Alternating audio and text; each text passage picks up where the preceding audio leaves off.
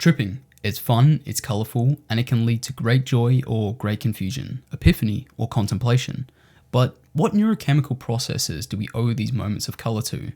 Well, you might be surprised to know that just like the great mystery that is a psychedelic hallucination, many of the current scientific theories as to why this colourful calamity occurs within our minds can be just as much of a mystery. With many theories and no real unanimous conclusion being drawn, here are the top 3 speculative theories as to why we trip. The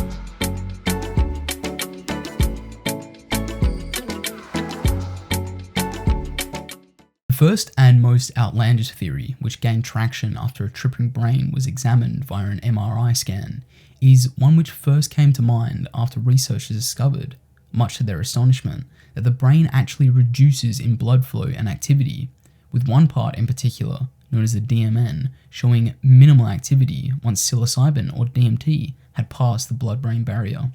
This minimization effectively switches off the reality filtration machine that is the human brain, resulting in a broader diversity of frequencies, wavelengths, or even dimensions of reality being experienced. The most noticeable example being completely new colors visualized by the person as the mind weakens its hold on its perceived reality, causing the brain to temporarily relinquish its trained perception of the world, at least until the effects of the psychoactive run out. The second theory is one I like to call colourful chaos, although more commonly known as the entropic brain hypothesis. This hypothesis suggests that as the default mode network becomes deactivated, it briefly retires its duty as the lead orchestra of the brain, where normally it would conduct and organise activity between the other portions of the central cortex. Now that it is taking a short vacation from its work, free and chaotic communication between all sectors of the brain begin to occur.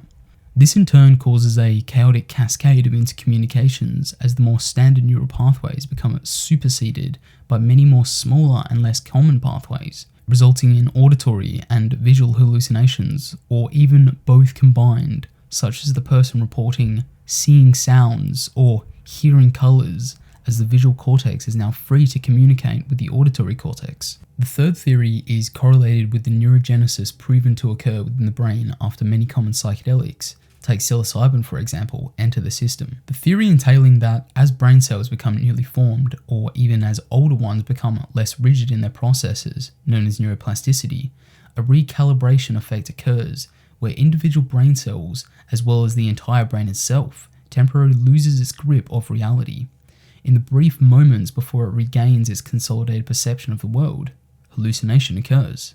With this theory first being proposed after scientists became unsure of if synthetic psychedelics, stripped of their hallucinations, would allow for the patient to gain full benefit from the medicine, with some speculating that neuroplasticity and hallucination come as a pair and are dependent on one another. Now, it's also accepted that the phenomenon of hallucination may not be any of these 3 at all, but rather a combination of them, or even a combination of entirely different and yet to be speculated theories altogether.